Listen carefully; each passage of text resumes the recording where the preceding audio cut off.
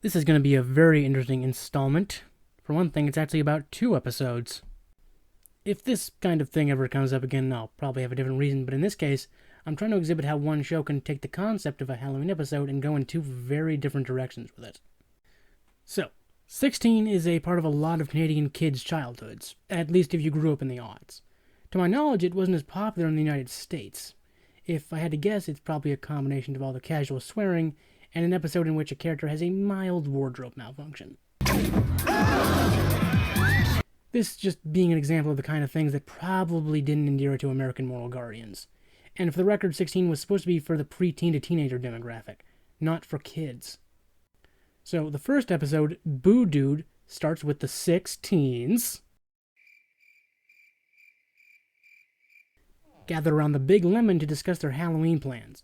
The 3 stories that'll be running throughout are Caitlin's date at the Halloween movie event with her then-boyfriend Talon, so he's either the kind of guy who practices tantric you-know-what like Sting, or like Bug, he's being threatened by her Uncle Buck. Jen is trying to hit a sales record at the penalty box while having to wear a silly costume. And look on the bright side, with that pig nose on, you're Gus from Sweet Tooth's type. The boys, as they explained to Caitlin since the first episode of the series was her meeting the group for the first time, every year they prank Ron the Christopher Walken-sounding mall cop. How long have you been doing it? Since our mom said we were too old to go trick-or-treating. So, like, 2 years ago? Later that same day, Jen's trying her best to make some sales, but it becomes pretty clear that most of the customers are feeling in abject terror because of her boss, Coach Halder. He's dressed as Jason Voorhees, including a chainsaw, and is pulling Halloween pranks on the customers, scaring them off. So left with no choice, she decides to exploit Coach's secret fear of rodents due to an unfortunate incident with a jockstrap to make him stop. Meanwhile, the guys are trying to come up with the perfect prank, with the initial idea of sneaking an anti-theft tag into Ron's pocket so he'll set off all the store's alarm gates without knowing why. But it's quickly discovered and discarded. After their initial failure, they come up with something a bit more intricate. So, we block off every one of the accessible washrooms in the mall except the one we control. We get a whole bunch of people to hide in the washroom and turn out the lights. Lure the target into the stall. Then we kick open the door, turn on the lights, And catch the rent-a-cop with his pants down on film! And to make sure he goes to the bathroom when they need him to, they plan to give him a phony peace offering in the form of a giant cup of iced coffee. And based on how much caffeine is in that thing, I don't think it's going to make him just go to the bathroom. It will confine him to it to the next week. So, with Ron accepting the coffee none the wiser, while they're waiting for it to take effect, Jen enlists Coach to help by scaring Ron while he's a captive audience, with the guys electing to cover the seat in butter so he'll slide right into the bowl when it happens. Jonesy, meanwhile, gets Caitlin a costume for her movie date, a Vegas showgirl, only for her to discover nobody else put a costume on. But Talon actually manages to convince everyone to follow Caitlin's example and put costumes on, including himself dressed as I Can't Believe It's Not Batman. Or if you're an ultra nerd, Batman of Zur N.R. After the movie, since Caitlin has to use the water closet and since the cinema's ladies' bathroom is full to bursting, she and Talon go down to the food court. But since the guys covered every base they could think of to make positive that Ron wouldn't try to use the ladies' bathroom either, Caitlin ends up walking to the booby-trapped stall, which of course leads to... Time to die, Saturday boy! Well, that does kind of beg a very interesting question. If Caitlin's here, where's the rent-a-cop? Yeah, they kind of forgot about all the in-store bathrooms, and Ron, instead of going in the stall they wanted, relieved himself in the khaki barns. The next day, the guys get written up and told to stay off Ron's radar for a month. But after he leaves, it's revealed they had one more backup idea just in case. Let's just be glad he didn't have any watches up there at the time. The next episode, Due to the Living Dead, is a little different plot-wise. It opens with Jude working at Stick-It, asleep at the counter due to his frequent late-night B-movie marathons. He gets woken up by Coach Halder ordering some chicken on a stick, with Coach insisting he wants the sauce to be the insanely hot variety they're providing as an option. And it is in fact so spicy that Coach's fire breath sets off a sprinkler. So, roughly the third sauce in your typical Hot Ones episode. Now, the episode actually starts very similar to the previous episode and like a lot of other episodes, with them all going over their day's itinerary. Much like the first, Caitlin is going on a date with Talon later, at exactly the same location, the movies. There is, of course, one big, pulsating, pus-filled difference. What are you guys staring at? Dang, I knew she liked snowboarding, but not enough to grow her own mountain.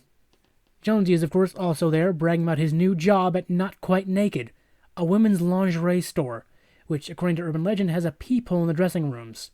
which it most certainly does. Jonesy, you can't work there. Staring at women while they change is a total violation of privacy. Yeah, it's also a sex crime. You may be asking yourself, how in the hell did Jonesy get a job selling women's negligee? I told them I was gay. He does wear a lot of tight t-shirts and screams like a girl. They probably also saw him and Jude that time they made pottery. Dude, what are you doing? So from here, the plot takes a very gradual turn into its real story. See, while the teens are going about their daily routines, including Jude's angst over whether to ask out Star, a girl he likes who ended up getting Jude's vomit in her mouth in a previous episode, and Jonesy, of course, fighting the urge to not give himself away by pitching a tent, slowly but surely, a bunch of people in the background start getting turned into zombies, and by the time they realize what's going on, it's too late. Now that the mall is overrun with the undead, it's imperative they get as many survivors together to try and keep everyone that's still alive uninfected. And with most of the gang managing to get together, the only person they need to find is Caitlin. The good news is they know Caitlin is at the theater with Talon. The bad news is Talon got bit. They make it to the food court and opt to go to the electronics store to try and figure out what's going on by checking the news. This is before smartphones, you see. Also before some jerkwad would get on TV and accuse the zombie infestation of being fake news. Along with the main cast for this survival excursion, they've managed to save the clones, Darth, Ron, and Talon. Wait a minute! Unsurprisingly, Talon's corpse gives away their position. Regardless, they make it to the electronics store and learn that currently the news has got jack squat. Yeah, what else is new? The situation deteriorates even more when the power goes out and all the clones get themselves infected, because one got infected, she bit another, and then the other didn't want to get left out. In the process of getting into the security office to turn the power back on, Ron sacrifices himself, and while trying to figure out what to do next, Jen gets grabbed by the zombies.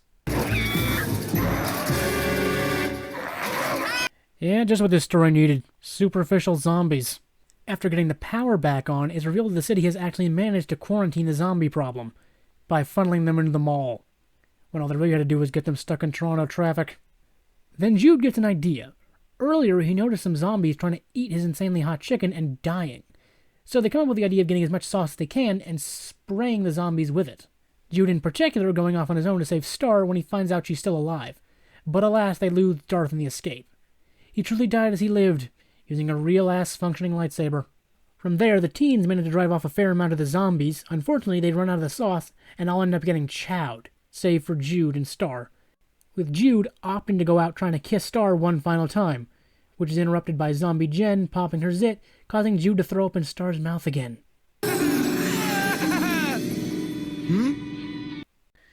Yeah, it turns out this was all Jude's dream.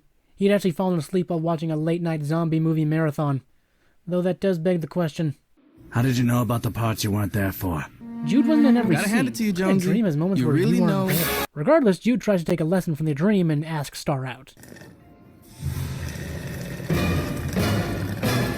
What?